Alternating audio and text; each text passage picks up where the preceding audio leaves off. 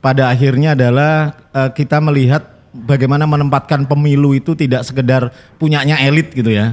Jadi pemilu ini mestinya juga menjadi ajang pendidikan politik buat publik gitu ya.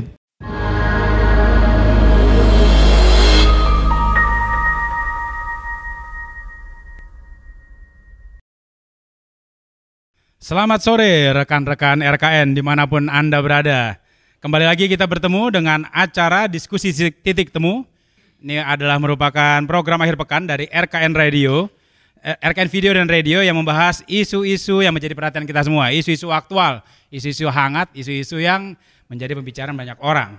Dan pada kali ini, ya kalau ini nih isu, mungkin bukan isu of the year nih, mungkin isu multi years nih, kayak anggaran aja.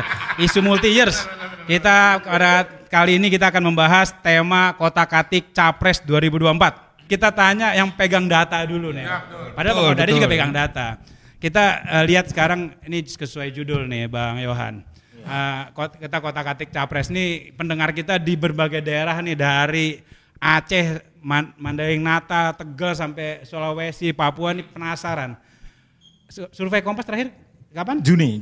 Nah, saat ini kita harusnya sih sebentar lagi ya. Harusnya sebentar lagi. Kira-kira kalau dibocorin sekarang dimarahin nggak sama Kompasnya? Bukan mau dibocorin, yang dibocorin juga belum ada. Oh, belum ada. Tapi kalau mengaca dari yang terakhir survei Kompas miliki, atau mungkin ada survei-survei lainnya mungkin agak nyambung-nyambung dikit, masalah kepuasan pemerintah dan lain-lain. Kira-kira terkait nanti untuk penentuan capres ini, isu apa yang akan menjadi isu penentunya? Selain tentunya partai-partai koalisinya. Kira-kira gimana, Mas Yohan? Iya, yang mungkin pertanyaannya Pangi berat banget ya, langsung ini gitu ya. Jadi isu apa yang menjadi penentu? Sebenarnya kalau kita mengaca pada 2014 atau sebelumnya ya, bagaimana kemudian nama-nama presiden muncul itu, kita lihat kepastian koalisi itu kalau kita belajar dari pengalaman-pengalaman kemarin itu bisa dikatakan sebulan atau 2 bulan sebelum pendaftaran. Jadi itu sangat mepet gitu ya. Publik kita sebagai pemilih itu seakan-akan memang dikasih time frame yang tidak begitu luas ya, leluasa untuk kemudian melakukan political tracking gitu, rekam jejak gitu ya. Kalau kita mengacu jajak pendapat Kompas yang pekan kemarin, sebenarnya publik itu berharap koalisi itu pasti ada, itu sudah di tahun ini gitu loh. Di 2022 ini kalau bisa itu sudah ada kepastian nih terkait koalisi. Itu harapan publik ya. Tapi kalau kita lihat mengacu pada pengalaman-pengalaman sebelumnya, memang sebulan 2 bulan itu baru kemudian kepastian koalisi itu muncul. Terutama yang dimaksud kepastian koalisi itu adalah kepastian juga capres dan cawapres yang diusung, Bang. Jadi isu sebenarnya kalau kita mengacu apa sih isu yang kemudian bisa menyatukan partai-partai itu, saya pikir jaga kepentingan, bagaimana kemudian memastikan kepentingan partai masing-masing partai ya bisa terakomodir di situ. Dan ini kita biar refresh, pendaftaran itu tanggal berapa? Pendaftaran Pak? Kalau nggak salah tahun depan ya, 2023 Desember atau November ya. Jadi ada waktu 1 tahun lebih ini kita, kalau misalnya kepastian koalisi itu ada di akhir tahun ini paling tidak ya. Pemilih itu sudah punya waktu 1 tahun lebih untuk kemudian mengikuti rekam jejak atau political, mereka bisa melakukan political tracking ya, kekuatan civil society, kemudian melakukan itu. Jadi ada ruang yang sebenarnya cukup luas, cukup lebar bagi publik untuk kemudian menilai, menimbang mana sebenarnya pasangan capres dan cawapres yang akan mereka pilih gitu. Jadi kalau ini sudah mulai beredar kan, Oktober ada yang mau deklarasi, November ada yang mau deklarasi. Nanti itu bakal deklarasi apa? Itu baru deklarasi mau maju berarti ya? Kalau sebenarnya deklarasi koalisi sudah ada ya, misalnya KIB, kemudian Demokrat dan Gerindra itu dimanifestasikan dengan MOU ya, penandatanganan MOU. Tapi kalau kita lihat kemudian setelah itu KIB juga belum jelas arah koalisinya seperti apa, mekanisme penentuan capres dan cawapresnya seperti apa, itu yang kemudian mungkin kalau dari jajak pendapat Kompas yang terakhir itu, publik pesimis itu menjadi gambaran akhir koalisi gitu ya. Jadi gambaran akhir koalisi itu ya bukan KIB, bukan Gerindra PKB yang notabene sudah mereka declare gitu ya. Nah, ini yang kemudian di satu sisi publik itu berharap koalisi itu pasti, paling tidak akhir tahun ini. Di sisi yang lain mereka sebenarnya pesimis dengan apa yang sudah ada ya, dengan KIB terutama dan PKB dan Gerindra. Karena apa? Belum jelas capres-cawapresnya. Jadi ujung dari kepastian koalisi itu adalah kepastian capres dan cawapres yang diusung. Saya mau garis bawahi, tadi kata yang dipakai Mas Yohan menarik.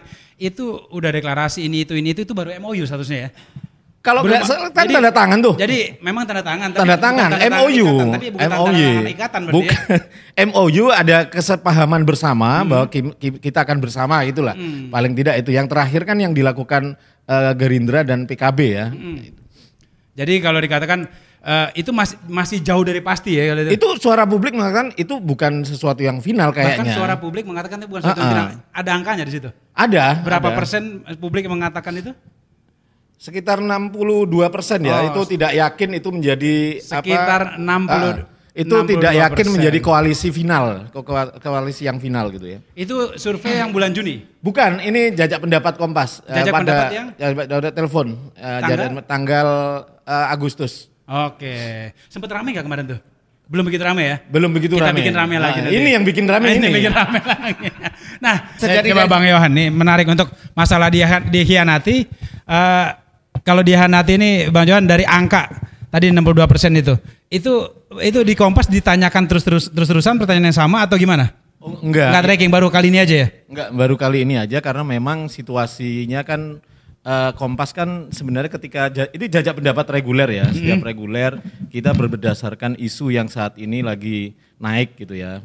Kita mengambil isu koalisi di pekan kemarin terkait hal itu. Jadi memang itu menjadi gambaran seperti yang Romo Beni tadi bilang, sebenarnya koalisi yang sekarang digagas partai-partai itu koalisian lah istilahnya dalam tanda petik ya. Dan itu terbaca di publik ya. Mereka nggak akan percaya ini menjadi sesuatu yang final. Berarti pasti akan berubah petanya. Kompas bakal tracking nggak kepercayaan terhadap koalisi ini? Kayaknya kalau Bang Pange minta kita tracking nanti. Oke, nah saya ke Mas Yohan. Tadi masalah kekhawatiran, masalah perpecahan. Ini kalau kita mendengarkan, ini kalau fokus ini dua nih, Bang Kodari tadi belum keluarin angka survei masalah perpecahannya. Kalau dengar dari Bang Kodari sama Romo Beni, ini kekhawatiran perpecahan benar-benar nih.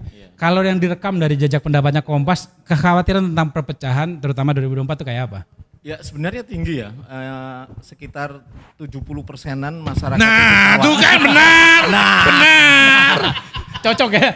Loh, tapi kan gini, Kompas itu memotret masalah. Kok dari itu memusat solusi terhadap masalah. Memang bagi tugas kita ini.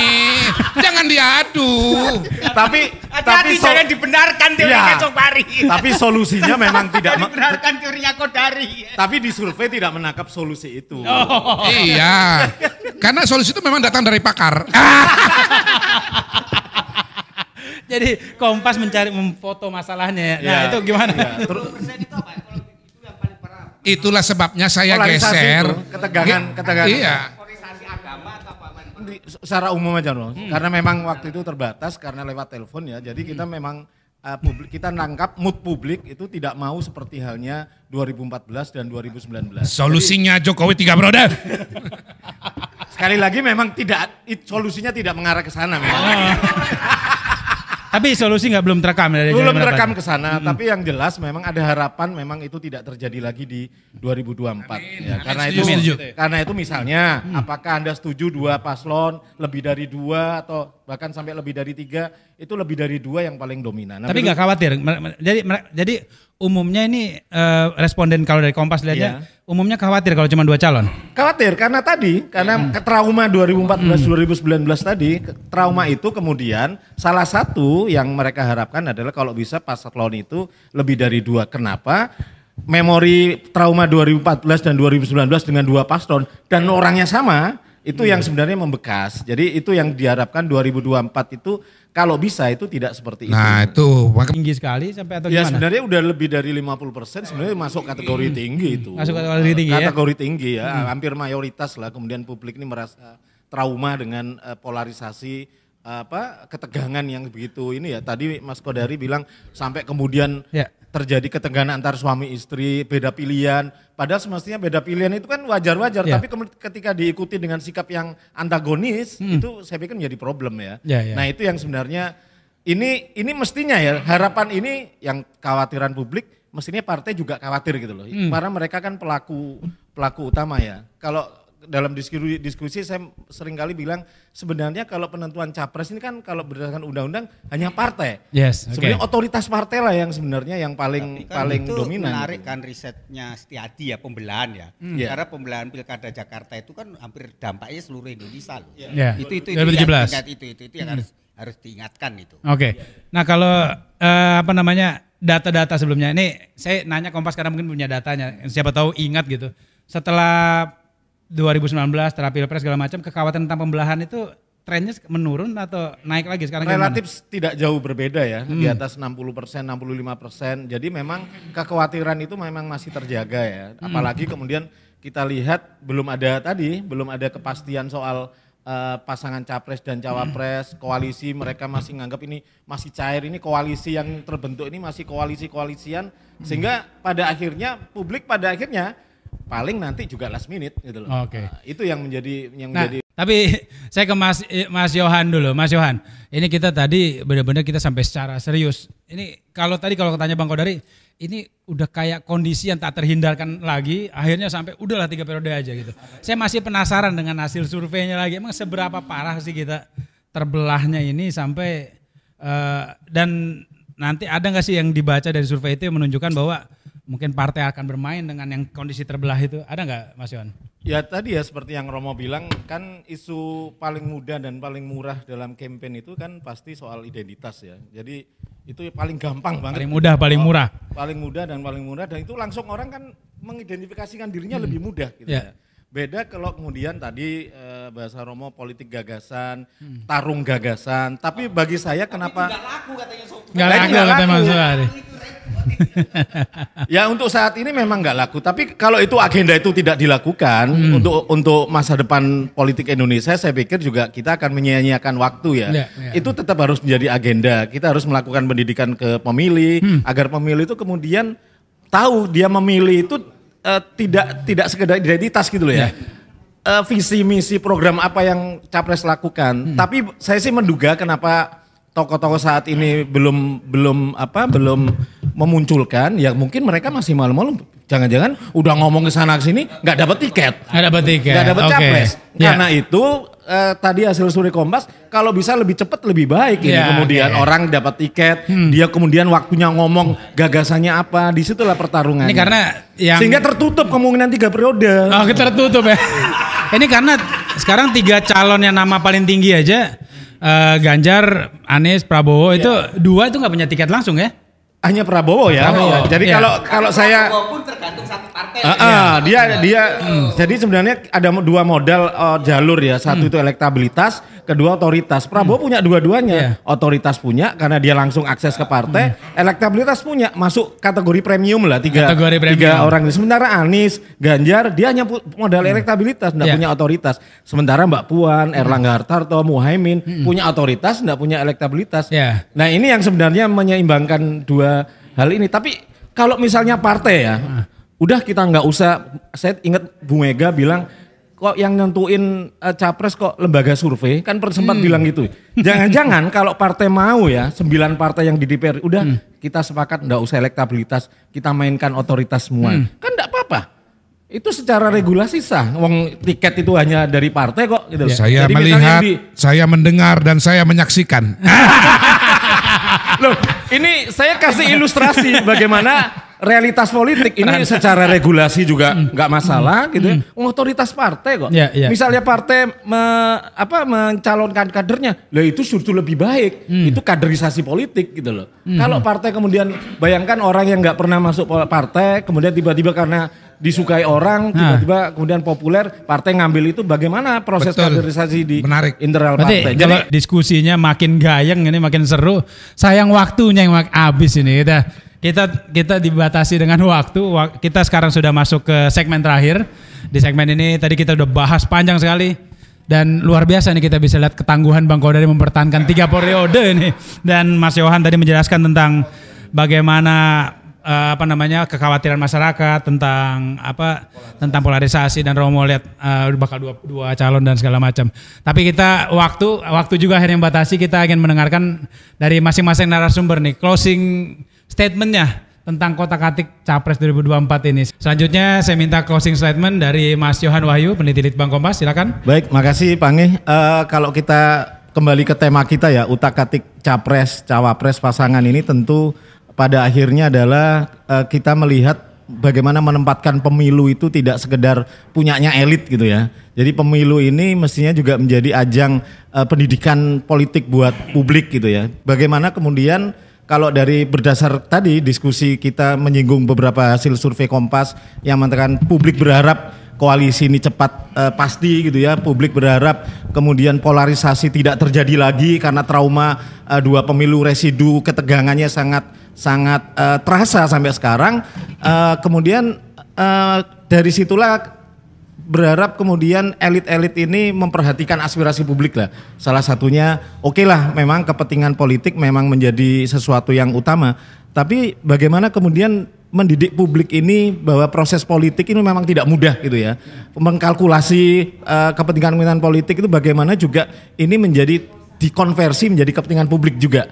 Bagaimana pemilu ini menjadikan bahwa kepentingan publik itu jangan terpinggirkan. Nah, aspirasi publik inilah yang semestinya juga menjadi bagian pertimbangan dalam mengkalkulasi utak-atik Capres itu. Jadi tidak sekedar kepentingan partai, kepentingan elit, itu saya pikir yang bisa jadi ngutak-ngatik Capres. Saya pikir mereka sekarang dari dulu sudah ngutak-ngatik Bang. Kita aja yang diskusinya telat ini. Dari dulu sampai sekarang dan nanti mereka ngutak-ngatik terus. Tapi bagaimana kemudian aspirasi publik juga menjadi bagian pertimbangan dalam ngutak-ngatik itu. Saya pikir poin itu yang perlu kita perkuat nanti. Oke, terima kasih Mas Yohan. Ini ngutak-ngatik bahkan dari Pak Jokowi naik ke 2019 sudah siap-siap dengan Capres 2024-nya kira-kira ya. Terima kasih. Tentunya kita berharap juga mungkin masukan bisa lewat channel media sosial kita, mungkin untuk tema-tema diskusi selanjutnya, dan tentunya apapun bahasan kita, walaupun beda pendapatnya seperti apa nih, kita harapannya jangan sampai nanti polarisasi kita makin berat ya. Masalah capresnya siapa nanti terpilih, tapi kotak-atiknya tetap harus kita lihat juga karena kita harus menjaga itu. Dan saya host Anda, Pangeran Ahmad Nurdin, bersama produser acara Edi Koko serta tim teknis Chris dan Randu mengucapkan terima kasih kepada Anda semua. Sampai jumpa dalam talk show RKN selanjutnya, dan tetap dengar acara ini dan beri masukan pada kita semua, dan tentunya terus memantau perkembangan politik kita untuk kepentingan kita sendiri. Terima kasih.